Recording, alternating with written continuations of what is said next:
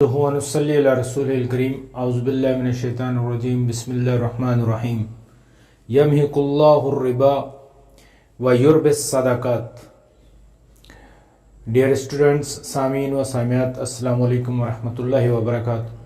آج کا ہمارا ٹاپک ارکان اسلام کے حوالے سے پانچواں ارکان یعنی زکوٰۃ کے حوالے سے کچھ گزارشات میں آپ کے سامنے رکھوں گا. اللہ تعالیٰ نے اس کائنات کے لیے، انسانوں کے لیے ایک بڑا بہترین نظام جو ہے وہ ترتیب دی ہے. اس نظام کے تحت اللہ تعالیٰ نے ایسے کچھ اصول اور قواعد اللہ تعالیٰ نے ہمارے سامنے رکھے ہیں، ہمیں دیے ہیں کہ اگر ہم ان کے اوپر عمل کریں تو یقیناً ہماری زندگی جو ہے وہ سلامتی، پیس، امن کے ساتھ جو ہے وہ بھرپور ہوگی. آپ نے پچھلے دنوں سنا ہوگا اسلامی فلاحی ریاست مدینہ، بہت سارا اس بارے میں تکرار ہوتا رہا. اس حوالے سے چند چیزیں میں آپ کے سامنے رکھوں گا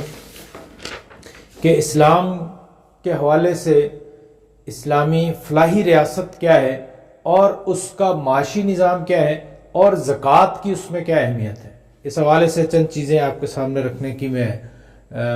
کوشش کروں گا کہ سب سے پہلے ہم دیکھیں کہ زکوٰۃ کیا چیز ہے.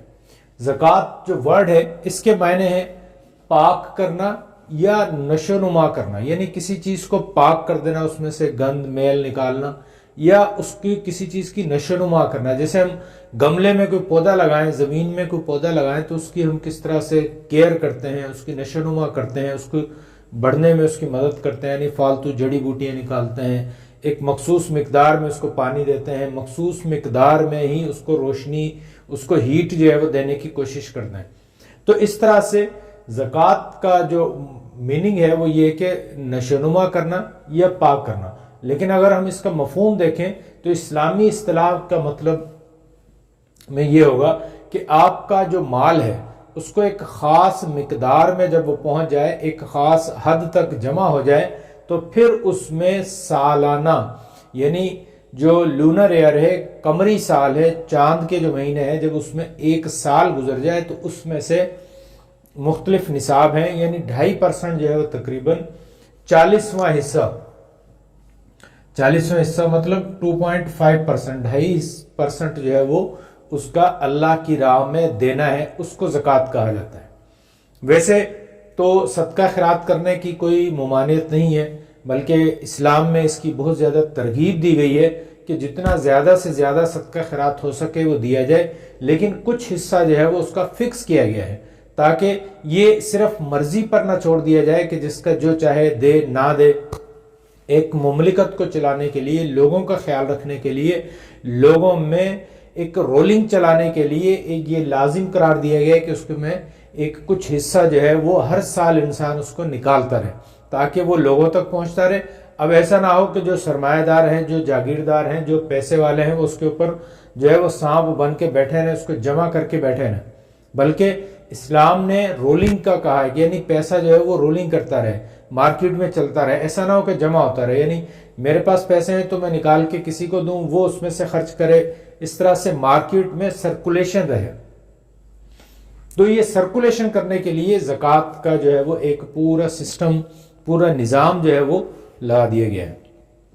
زکوٰۃ کے حوالے سے دیکھیں کہ جب زکوٰۃ نکالی جائے گی تو اس میں مال ہمارے 2 قسم کے ہوتے ہیں، یعنی باطنی مال اور ظاہری مال. باطنی مال سے مراد یہ ہے کہ وہ مال جو ہمارے پاس گھر میں، ہمارے صندوق میں ہمارے پاس محفوظ ہے. جیسے کسی کے پاس سونا ہے، زیور ہے، یا اس نے کوئی پیسے کوئی جو ہے وہ گھر کے اندر سیو کیے ہوئے، تو اب اس کے اوپر زکوٰۃ نکالنی ہے. اور دوسرا وہ مال ہے جو ہمارے گودام میں ہے،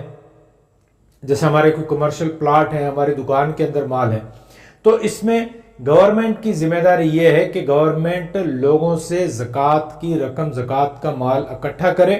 یعنی ان کا جو ظاہری مال ہے، جیسے کسی کے گودام میں کوئی مال پڑا ہے تو اس پر جو ہے وہ جو مال تجارت جو ہے اس پر جو 2.5% اس کو وہ زکوٰۃ میں دینا ہے. اگر وہ کم دیتا ہے، نہیں دیتا، تو یہ گورنمنٹ کی ذمہ داری ہے کہ اس سے زکوٰۃ لے. اور جو مال ہمارے پاس گھر میں موجود ہے، یعنی اب گورنمنٹ جو ہے وہ ہر گھر کی تلاشی تو نہیں لے سکتی. ہاں، گودام کی، دکان کی، تو انڈسٹری کی، اس میں جو را مٹیریل ہے اس کو، وہ ساری چیزیں موجود ہیں، اس پر تو ہے گورنمنٹ کیلکولیٹ کر سکتی ہے. بکریوں کا ریوڑ ہے، اونٹ کا، گائے کا، بھینس کا ریوڑ ہے تو اس پر جو ہے وہ گورنمنٹ اس کو گنتی کر کے اس پہ زکوٰۃ نکال سکتی ہے. لیکن جو مال گھر میں ہے، جو انسان کی جیب میں ہے، انسان کے گھر میں، تجوری میں، باکس میں، اس نے کوئی پیسے تکیے میں سلائی کر کے زیور کو رکھا ہوا ہے، تو یہ ساری چیزیں جو ہے وہ کیا ہے کہ وہ انسان ہی جانتا ہے، وہ مرد خود، اس کا مالک جو ہے وہ خود ہی جانتا ہے، وہ گورنمنٹ اس کو وہ چیک نہیں کر سکتی. تو وہ یہ اس کا خود فریضہ ہے کہ وہ اس مال میں سے زکوٰۃ نکالے اور پھر وہ غریبوں کو دے. اب آگے چلتے ہیں کہ اس کے زکوٰۃ کے فوائد کیا ہیں. زکوٰۃ کے بہت سارے فوائد ہیں کہ زکوٰۃ جب نکالی جائے گی تو اس کے کچھ معاشی فوائد بھی ہیں اور کچھ معاشرتی فوائد بھی ہیں. دیکھیں، آپ نے سنا ہوگا کہ اب ہمارے پاس مختلف بینک ہیں اور لوگوں نے اپنا پیسہ جو ہے وہ بینکوں میں جمع کیا ہوا ہے، جبکہ اسلام جو ہے وہ اس کو سپورٹ نہیں کرتا. اسلام کہتا ہے پیسے کی سرکولیشن ہونی چاہیے، اس کی روٹیشن ہونی چاہیے، لوگوں کے پاس جانا چاہیے. یعنی آپ بزنس کریں، اس کو صدقہ خیرات کریں، اس میں سے زکوٰۃ نکالیں. اس سے کیا ہوگا کہ مال ایک جگہ پر جمع نہیں ہوگا. یعنی اگر آپ نے بینک میں رکھ دیا تو کیا ہوگا کہ وہ صرف بینکر حضرات جو ہیں وہ اس سے جو ہے وہ فائدہ اٹھاتے رہیں گے، باقی جو ہے وہ مال ویسے بیکار پڑا رہے گا. اس کے لیے ابھی پوری دنیا میں جو ہے وہ مختلف اسکیمیں نکالی جا رہی ہیں کہ تاکہ لوگ پیسہ اپنے پاس جمع کرنے کے بجائے مارکیٹ میں، کاروبار میں لگائیں. جیسے پچھلے دنوں جو ہے وہ جاپان نے جو ہے وہ منفی سود کی پالیسی نکالی تھی. یعنی اگر آپ بینک میں پیسہ رکھیں گے تو اس میں سے کچھ سود جو ہے وہ مائنس کیا، وہ اصل رقم میں سے پیسے مائنس ہونا شروع ہو جائیں گے، بجائے اس کے کہ پروفٹ ملنے کے وہ مائنس ہونا شروع ہو جائیں گے. تو یہ زکوٰۃ کے معنی و مفہوم. اور پھر اب آپ دیکھتے ہیں ہم کہ زکوٰۃ کی اصل میں ضرورت کیوں پیش آئی، یہ زکوٰۃ کیوں رکھی گئی. اس حوالے پہ سے تھوڑی سی بات کرتے ہیں کہ اصل میں زکوٰۃ جو ہے وہ ایک اوبلیگیٹری ہے، لیکن یہ ہمدردی کے طور پر دی گئی ہے تاکہ جو معاشرے میں پسماندہ جو لوگ ہیں، جو کہ غربت میں ہیں یا غریب ہیں، جن کی ضروریات زیادہ ہیں وہ پوری نہیں کر پا رہے، تو پھر امیروں سے مال لے کر ان غریبوں کو جو ہے وہ دے دیا جائے تاکہ ان کے جو ہے وہ اپنی ضروریات کو پوری کر سکیں. یعنی اگر انسان کے پاس ضرورت سے زیادہ مال ہے تو اس میں سے وہ 2.5% یعنی کچھ حصہ نکال کر غریبوں کو دے دیا جائے تاکہ معاشرے میں یہ ساری چیزیں لوگوں میں ایک تھوڑی سی برابری، تھوڑی سی جو مسائل ہیں اس کو حل کرنے کی کوشش کی گئی. اصل میں اسلام جو ہے وہ ہمیشہ فلاح کی بات کرتا ہے، ہمدردی کی بات کرتا ہے. ایسا نہیں ہے کہ سرمایہ دارانہ نظام میں اگر آپ نے دیکھیں، غور کریں تو فیکٹری مالک کی، مالکان کی مرضی ہے کہ وہ جتنی چاہے مزدوری جو ہے وہ فکس کر لیں. اگر کوئی کام کی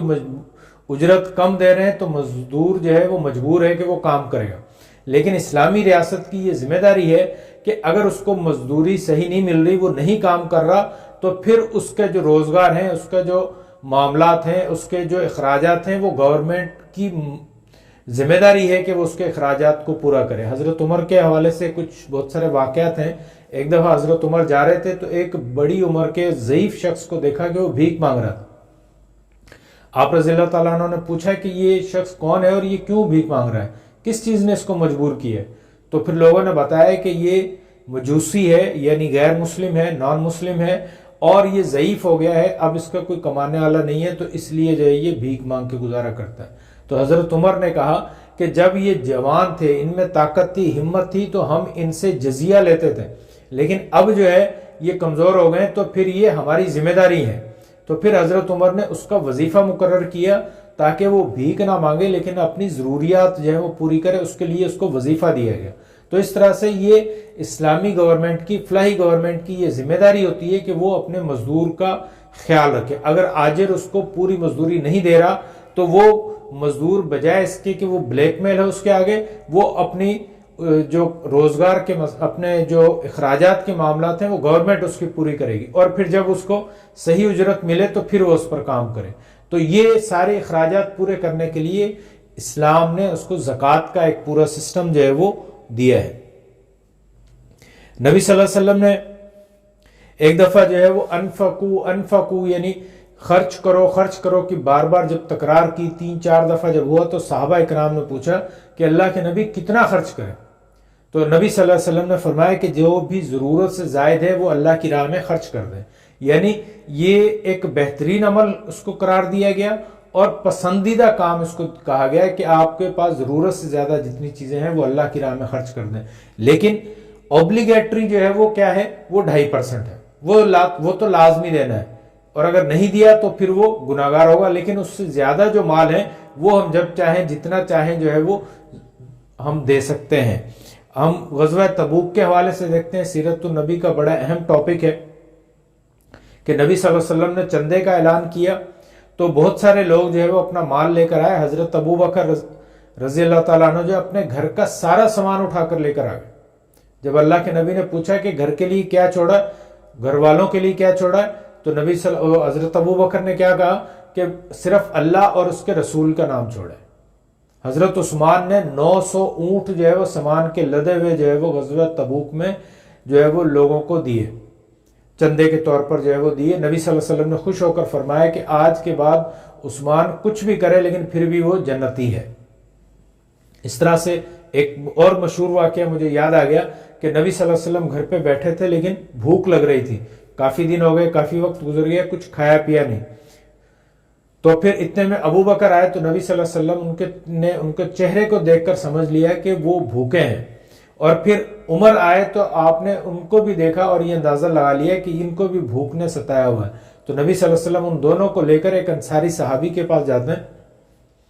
اور کہتے ہیں کہ کھانے کے لیے کچھ لے کر آئیں۔ وہ انصاری صحابی جلدی سے کچھ پیش کرتا ہے اور پھر ایک بکری کو جو ہے وہ پکڑ کر، جانور کو پکڑے ذبح کرتا ہے اور اس کو گوشت لے کر آتا ہے۔ تو یعنی کہ اس وقت بھی دیکھیں کہ لوگوں کے پاس اتنا مال تھا، لیکن نبی صلی اللہ علیہ وسلم نے ان سے زوری مال نہیں لیا، صرف جو ہے وہ زکوٰۃ جو ہے وہ لی جاتی تھی، باقی جو ہے وہ ان کے آپشن پہ تھا کہ وہ جتنا چاہیں اللہ کی راہ میں دیں۔ تو بہرحال وہ جب گوشت لے کر آئے تو نبی صلی اللہ علیہ وسلم عمر کی طرف دیکھنے لگے اور کہا کہ دیکھو یہی وہ نعمتیں ہیں جن میں قیامت والے دن اللہ تعالیٰ ہم سے ان نعمتوں کے بارے میں پوچھیں گے۔ پھر آپ نے صلی اللہ علیہ وسلم نے کچھ بوٹیاں، کچھ سالن نکالا اور کہا کہ یہ گھر پر، میرے گھر پہ عائشہ کو دے کر آ، اس نے بھی کئی دن سے کھانا نہیں کھایا۔ تو یعنی نبی صلی اللہ علیہ وسلم کے حالات یہ تھے کہ وہ جو بھی آتا تو وہ اس کو تقسیم کر دیتے، اور نبی صلی اللہ علیہ وسلم خود دیکھیں، یہ جان کر آپ کو حیرت ہوگی کہ نبی صلی اللہ علیہ وسلم نے یہ اسلام کا بڑا اہم رکن زکوٰۃ، یعنی آپ صلی اللہ علیہ وسلم نے کبھی زکوٰۃ نہیں دی۔ ہے نا حیرت کی بات؟ کیوں نہیں دی؟ کہ آپ کے پاس وہ مال کبھی اتنا جمع ہوا ہی نہیں کہ وہ زکوٰۃ کی نصاب تک پہنچ سکے۔ ایسے ہی حضرت علی کو دیکھیں تو حضرت علی کی جب شادی ہوتی ہے، حضرت فاطمہ سے جب نکاح پڑھایا جاتا ہے، شادی ہوتی ہے، تو حضرت علی کے پاس کوئی مکان نہیں تھا، کوئی گھر نہیں تھا جہاں وہ اپنی بیگم کو، اپنی دلہن کو لے کر جاتے۔ پھر ایک انصاری صحابی نے اپنے گھر میں جو ہے وہ ایک کمرہ ان کو دیا اور پھر حضرت علی، حضرت فاطمہ کو لے کر وہاں پر جو ہے وہ وہاں پر جاتے ہیں۔ اسی طرح سے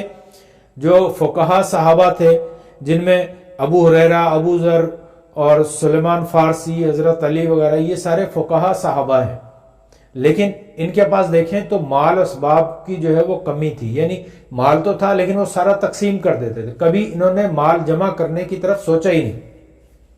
دوسرے الفاظ میں انہوں نے کبھی زکوٰۃ دی ہی نہیں، کیونکہ یہ نصاب تک پہنچے ہی نہیں تھے۔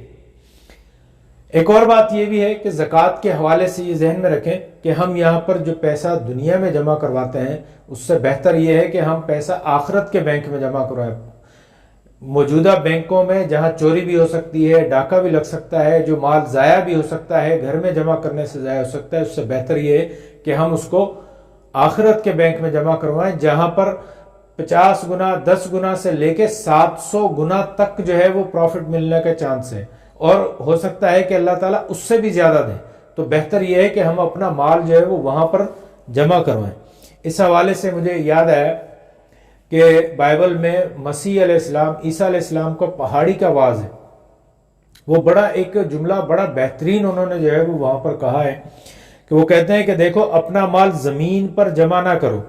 جہاں ڈاکہ، چوری اور کیڑے سے مال خراب ہونے کا اندیشہ رہتا ہے، لہذا اپنا مال آخرت میں اللہ کے پاس جمع کرو، آخرت میں جمع کرواؤ، جہاں پر جو مال ہے وہ ضائع نہیں ہوگا بلکہ کئی گنا مزید بڑھ کر جو ہے وہ تم کو ملے گا۔ تو یہ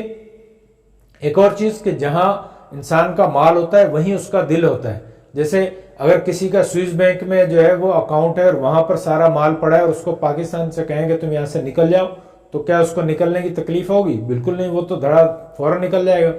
لیکن اگر جس کا مال سارا یہاں پر ہوگا اور اس کو نکالیں تو پھر اس کو بڑی تکلیف ہوگی۔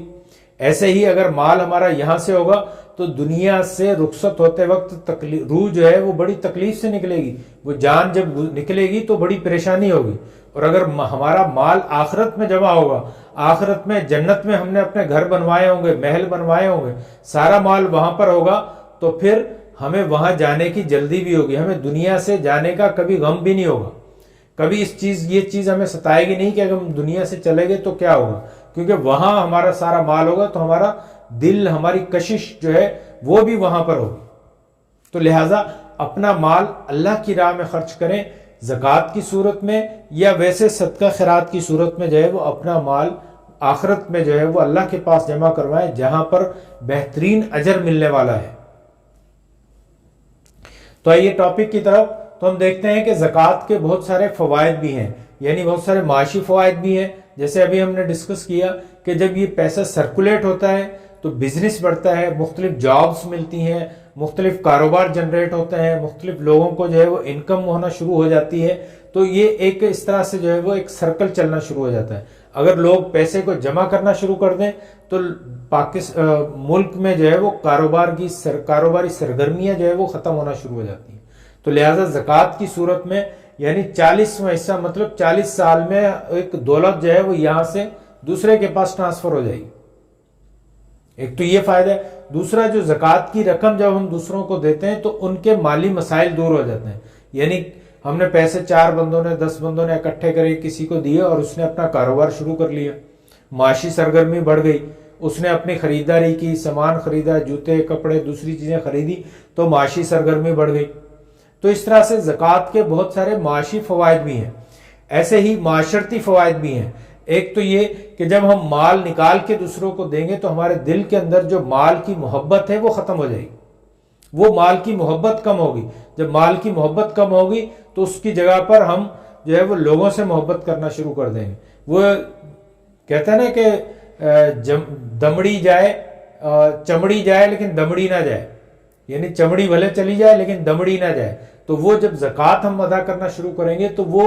دمڑی کی جو محبت ہے وہ ختم ہونا شروع ہو جائے گی، وہ سارا دن جو پیسہ کرتے ہیں وہ کم ہونا شروع ہو جائے گی۔ اور پھر جب ہم زکوٰۃ نکال کے دوسروں کو دیں گے تو دوسروں کے ساتھ ہمارے تعلقات جو ہے وہ بہتر ہونا شروع ہو جائیں گے، لوگوں کے آپس میں تعلقات شروع ہوں گے۔ جو شروع میں ہم نے پہلے بھی بات کی تھی کہ اسلام اجتماعیت کی دعوت دیتا ہے، تو پھر بات یہ ہوگی کہ لوگوں کی آپس میں محبت بڑھے گی، آپس میں پیار بڑھے گا، آپس میں تعلقات بہتر ہوں گے، تو معاشرہ جو ہے وہ بہتری کی طرف جانا شروع ہو جائے گا۔ اس طرح سے اور بھی کافی سارے فوائد ہیں، لیکن ہم آگے چلتے ہیں تھوڑا۔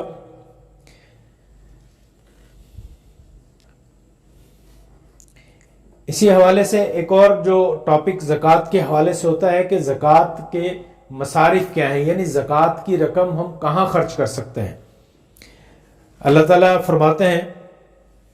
سورہ توبہ میں جو ہے وہ یہ آیت اس میں یہ بیان کی گئی ہے۔ اللہ تعالیٰ فرماتے ہیں انما الصدقات للفقراء والمساکین والعاملین علیہا والمؤلفۃ قلوبہم وفی الرقاب والغرمین وفی سبیل اللہ وابن السبیل فریضۃ من اللہ واللہ علیم حکیم۔ یعنی زکوٰۃ جو ہے وہ کن لوگوں کا حق ہے؟ نمبر 1 فقراء۔ فقراء کا مطلب کہ جو غریب لوگ ہیں، غریب یعنی کہ جو اپنا گزر بسر نہیں کر سکتے، جو غریب لوگ ہیں جن کی آمدنی سے زیادہ اخراجات ہیں، یعنی ایسا نہیں کہ غریب جو ہے وہ بالکل جو بے روزگار ہے صرف، یا جو جن کی کوئی آمدنی نہیں ہے وہ غریب ہے، بلکہ فقراء میں وہ لوگ بھی شامل ہوتے ہیں جن کی آمدنی کم ہے، ان کو بھی جو ہے وہ،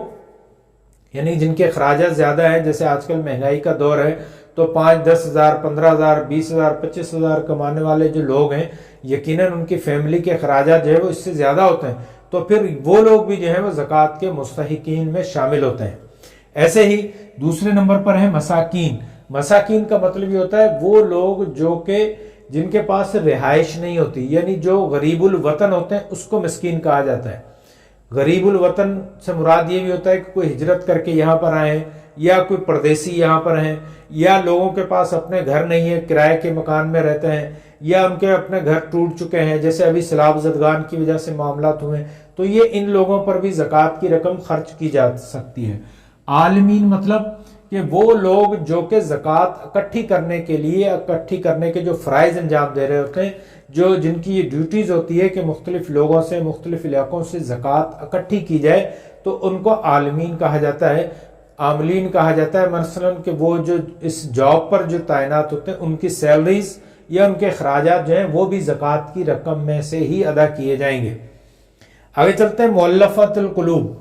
مؤلفۃ القلوب کا مطلب یہ کہ دل پرچانے کے لیے، یعنی وہ لوگ جو کہ نئے مسلمان ہوئے تو ان کو بھی جو ہے وہ زکوٰۃ کی رقم میں سے ان کو دی جا سکتی، چاہے وہ بھلے پیسے والے ہی ہوں، تو ان کو جو ہے وہ ان کا دل لبھانے کے لیے ان کو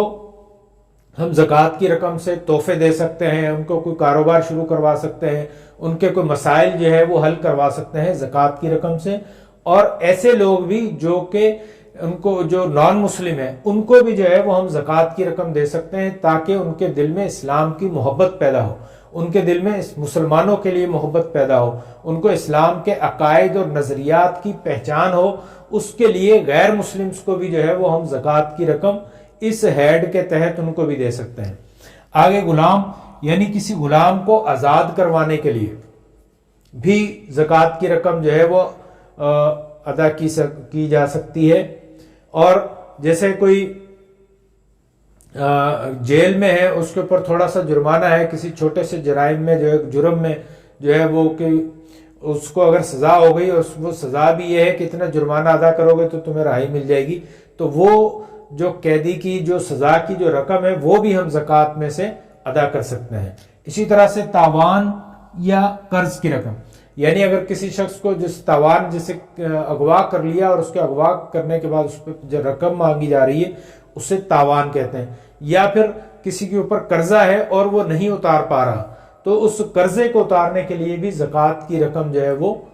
خرچ کی جا سکتی ہے۔ اب وہ شخص جو ہے وہ تھوڑی بہت آمدنی بھی ہے، اس کی کوئی جاب بھی کرتا ہے یا کام ہے، کاروبار ہے، لیکن اس کے اخراجات بھی اتنے ہیں کہ وہ قرض نہیں اتار پا رہا، تو ہمیں چاہیے کہ ہم زکوٰۃ کی رقم سے اس غریب کا قرضہ بھی اتار دیں،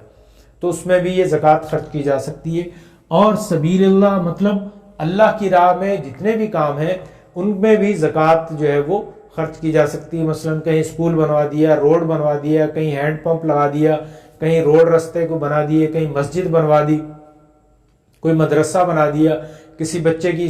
فیس دے دی، کسی غریب کا جو ہے وہ کسی کی شادی ہے تو اس میں اس کو جو ہے وہ مدد کر دی، کسی غریب کی بیٹی کی شادی ہے، کوئی بیمار ہے تو اس کا جو ہے وہ علاج کروا دیا، تو یہ سارے کام جو ہے وہ زکوٰۃ کی رقم میں سے کیے جا سکتے ہیں۔ اور ابن سبیل، ابن مطلب بیٹا اور سبیل مطلب راستہ، یعنی یہ سبیل اللہ تھا کہ اللہ کے راستے میں، اور یہ ہے ابن سبیل یعنی جو راستے کے بچے ہیں، راستے کے بیٹے، مطلب یہ عربی میں کہا جاتا ہے، اس کا مطلب کہ مسافر، یعنی جو مسافر ہیں ان پر بھی زکوٰۃ کی رقم خرچ کی جا سکتی ہے۔ جیسے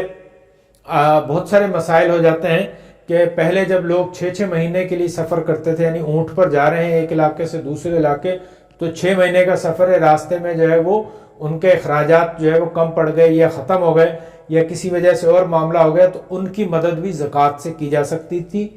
سکتی ہے۔ اور آج کل بھی یہ معاملات جو ہیں وہ ہوتے ہیں، مثلا گاڑی پہ کہیں جا رہے تھے اور راستے میں جو ہے وہ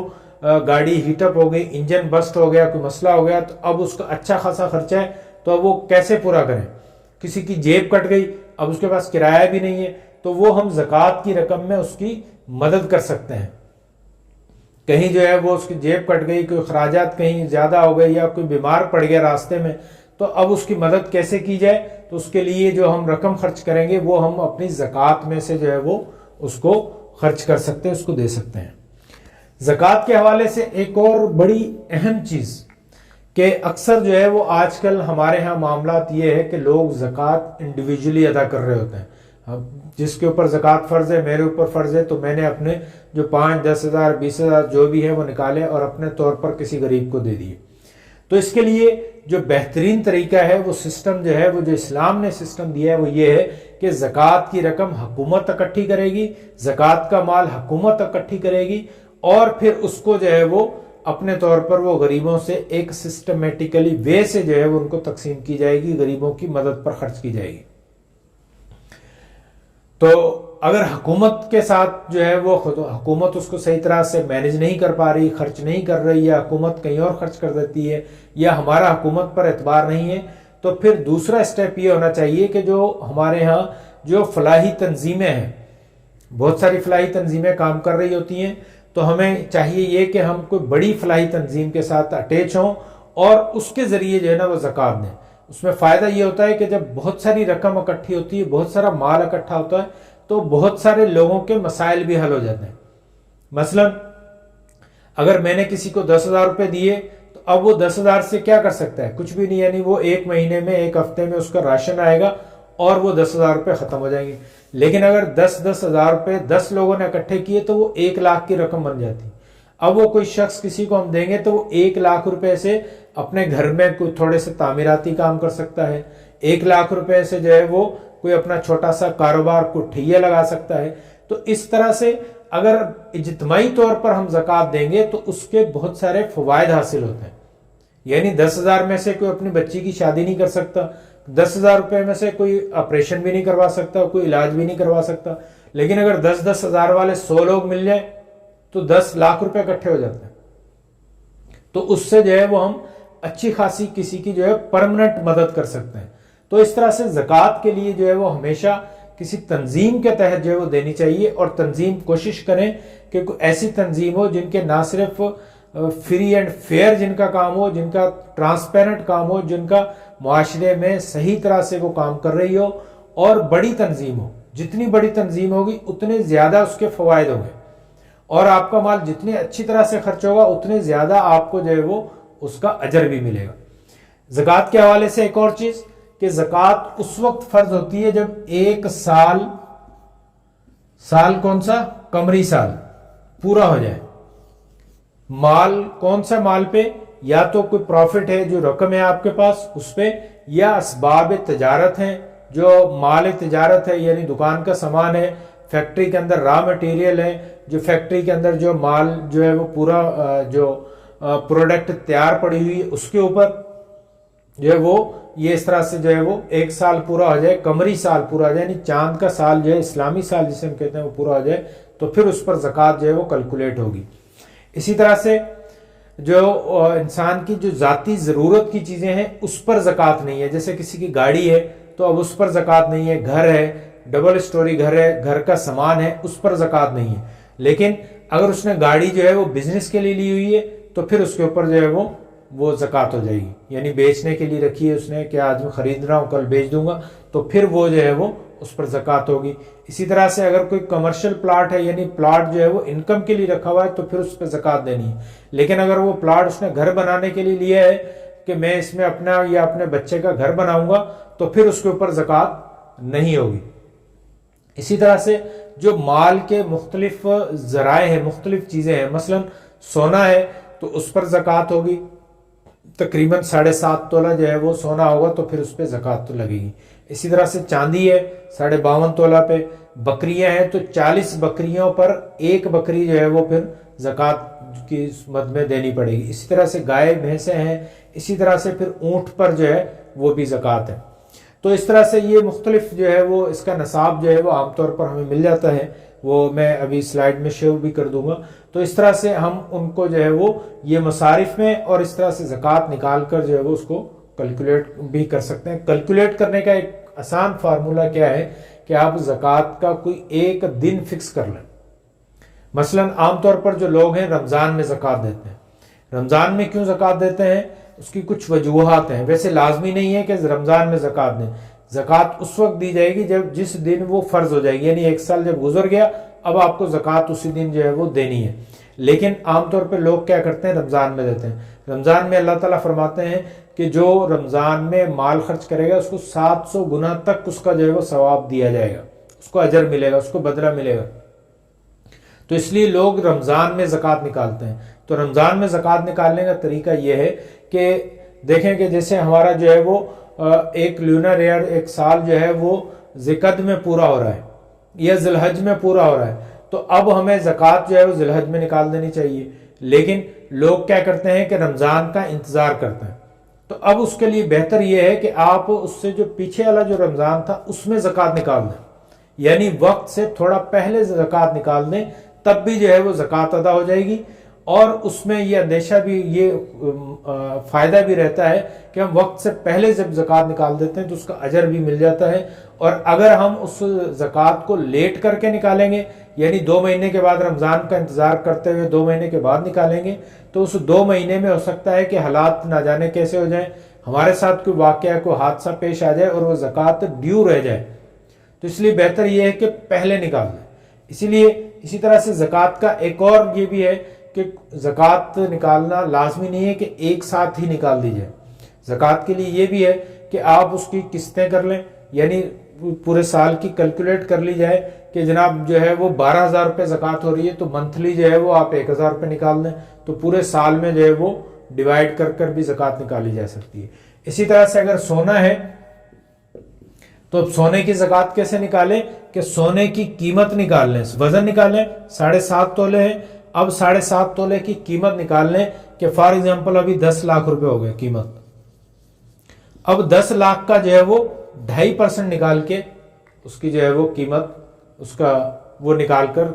کیش کی صورت میں پیسے دے دیجئے. اگر کیش نہیں ہے تو پھر سونا دینا پڑے گا. اگر سونا نہیں دینا چاہتے تو سونے کی جگہ پر اس میں سے رقم جو ہے وہ کیش رقم جو ہے وہ زکوٰۃ کی مد میں دی جا سکتی ہے. اسی طرح سے زکوٰۃ کے کچھ متفرق مسائل بھی ہماری کتاب میں یہاں پر ہیں، تو میں جلدی سے ان کو بھی ڈسکس کر لیں کہ زکوٰۃ صرف مسلمانوں سے لی جائے گی، نمبر 1 پوائنٹ. نمبر 2 کہ زکوٰۃ جس علاقے سے لی جائے گی وہیں کے لوگوں پر تقسیم کی جائے گی، لیکن اس میں تھوڑی سی جو ہے وہ یہ اجازت بھی ہے کہ اب جیسے کراچی سے لی گئی اور کراچی میں زکوٰۃ لینے والے کم ہیں، دینے والے زیادہ ہیں، تو پھر یہ نہیں ہے کہ صرف کراچی میں وہاں رکھ لی جائے، بلکہ وہاں سے آگے انٹیریئر سندھ میں، پنجاب میں یا اور علاقوں میں بھی اس کو خرچ کیا جا سکتا ہے. لیکن عمومی اصول یہ ہے کہ جس بستی سے جہاں سے زکوٰۃ لی جائے وہاں کے لوگوں پر خرچ کی جائے، لیکن اگر وہاں اس کی ضرورت نہیں ہے تو پھر کہیں اور بھی جو ہے وہ خرچ کی جا سکتی ہے. جیسے یہاں سے زکوٰۃ کے پیسے ہم نے لاہور بھیج دیے، یہ بھی ممکن ہے. اس میں جو ہے وہ عزیز و اقارب جن کی کفالت جو ہے وہ شرعاً ہمارے اوپر فرض نہیں ہے تو ان کو بھی زکوٰۃ دی جا سکتی ہے. مثلا کہ ہمارے والدین ہیں، وہ غریب ہیں، لیکن ہم بیٹا جو ہے وہ والد کو زکوٰۃ نہیں دے گا، اسی طرح سے والد اپنے بیٹوں کو زکوٰۃ، بچوں کو زکوٰۃ نہیں دے گا. اسی طرح سے اگر جو ہے وہ شوہر جو ہے وہ اپنی بیوی کو زکوٰۃ کی رقم نہیں دے گا، کیونکہ بیوی جو ہے وہ شوہر کی ذمہ داری میں ہے. لیکن اگر بیوی کے پاس مال ہے اور اس کا شوہر غریب ہے تو پھر بیوی اپنے شوہر کو دے سکتی ہے. کیوں کہ شوہر اپنی بیوی کو نہیں دے سکتا لیکن بیوی اپنے شوہر کو دے سکتی ہے. وہ اس لیے کہ بیوی کی کفالت کرنا شوہر کے اوپر ذمہ داری ہے، لیکن شوہر کی کفالت بیوی کی ذمہ داری نہیں ہے. تو اس لیے اگر بیوی کے پاس مال ہے تو وہ اپنے شوہر کو اس زکوٰۃ جو ہے وہ دے سکتی ہے. اسی طرح سے زکوٰۃ کی رقم سے ضرورت کی اشیاء جو ہے وہ بھی تقسیم کر کر جو ہے وہ دی جا سکتی ہیں. جیسے ابھی سیلاب زدگان کا معاملہ تھا، سیلاب کی وجہ سے، زلزلے کی وجہ سے جو نقصانات ہوتے ہیں، تو وہاں پر جو ہے وہ زکوٰۃ کی رقم سے راشن خرید کر دے دیا جائے، زکوٰۃ کی رقم سے ان کے گھر بنوا دیے جائیں، ان کو کوئی اور چیز جو ہے وہ لے کر دے دی جائے. تو یہ ساری چیزیں کی جا سکتی ہیں، یا ان کو رقم دے دی جائے تو وہ خود انتظام کریں، یہ بھی ممکن ہے. اسی طرح سے ہمارے ہاں پاکستان میں بھی جو ہے وہ ایک بیت المال بنایا گیا ہے جس میں زکوٰۃ اکٹھی کی جاتی ہے، اور پھر اس کو جو کمیٹیاں بنائی گئی ہیں اور پھر اس کو تقسیم کیا جاتا ہے. اگر دیکھیں کہ وہ کام صحیح کر رہے ہیں، آپ ان سے مطمئن ہیں، تو پھر یقیناً گورنمنٹ کے ذریعے جو ہے وہ زکوٰۃ کو تقسیم کرنا افضل ہے. ادروائز دوسرے نمبر پر زکوٰۃ جو ہے وہ کسی ادارے کے تحت کریں. اگر کوئی ایسا ادارہ بھی آپ کو نہیں ملتا، آپ کسی سے مطمئن نہیں ہیں، تو پھر 3rd نمبر پر یہ کرنا ہے کہ آپ خود ادارہ بنائیں، لوگوں کو جو زکوٰۃ دینے والے ہیں ان کو اکٹھا کریں اور پھر جو زکوٰۃ لینے والے ہیں ان کے ضروریات کو دیکھیں، ان کے دیکھیں کہ کہاں جو ہے وہ ہم خرچ کر سکتے ہیں تو پھر وہاں آپ خرچ کریں، یعنی ادارے کے تحت کریں۔ لیکن اگر یہ تینوں چیزیں کہیں ممکن نہ ہو، ایسے حالات ہو جائیں، تو پھر انڈیویجولی آخری صورت ہے کہ زکوٰۃ ادا کرنے کے لیے پھر آخری صورت جو ہے وہ دے دی جائے۔ اور ہاں، اگر صلہ رحمی کے تحت آپ کسی رشتہ دار کو زکوٰۃ دیں گے جن کی کفالت آپ کے اوپر فرض نہیں ہے، تو پھر زکوٰۃ کا یعنی صلہ رحمی کے تحت آپ کسی اپنے غریب رشتہ دار کو دیتے ہیں تو آپ کو اجر جو ہے وہ ڈبل ملے گا۔ تو اسی طرح سے زکوٰۃ بھی اگر آپ کسی غریب رشتہ دار کو دیں گے تو آپ کو اس کا اجر بھی انشاءاللہ تعالی ڈبل ملے گا۔ تو یہ زکوٰۃ کے حوالے سے کچھ چیزیں تھیں۔ آج الحمدللہ ہمارے ارکان اسلام کے حوالے سے چیزیں کمپلیٹ ہوئیں۔ ہم نیکسٹ ٹاپک جو ہے وہ انشاءاللہ کل ڈسکس کریں گے۔ تو وآخر دعوانا الحمدللہ رب العالمین واللہ اعلم بالصواب۔ اس کے ساتھ مجھے اجازت دیجیے۔ السلام علیکم ورحمۃ اللہ وبرکاتہ۔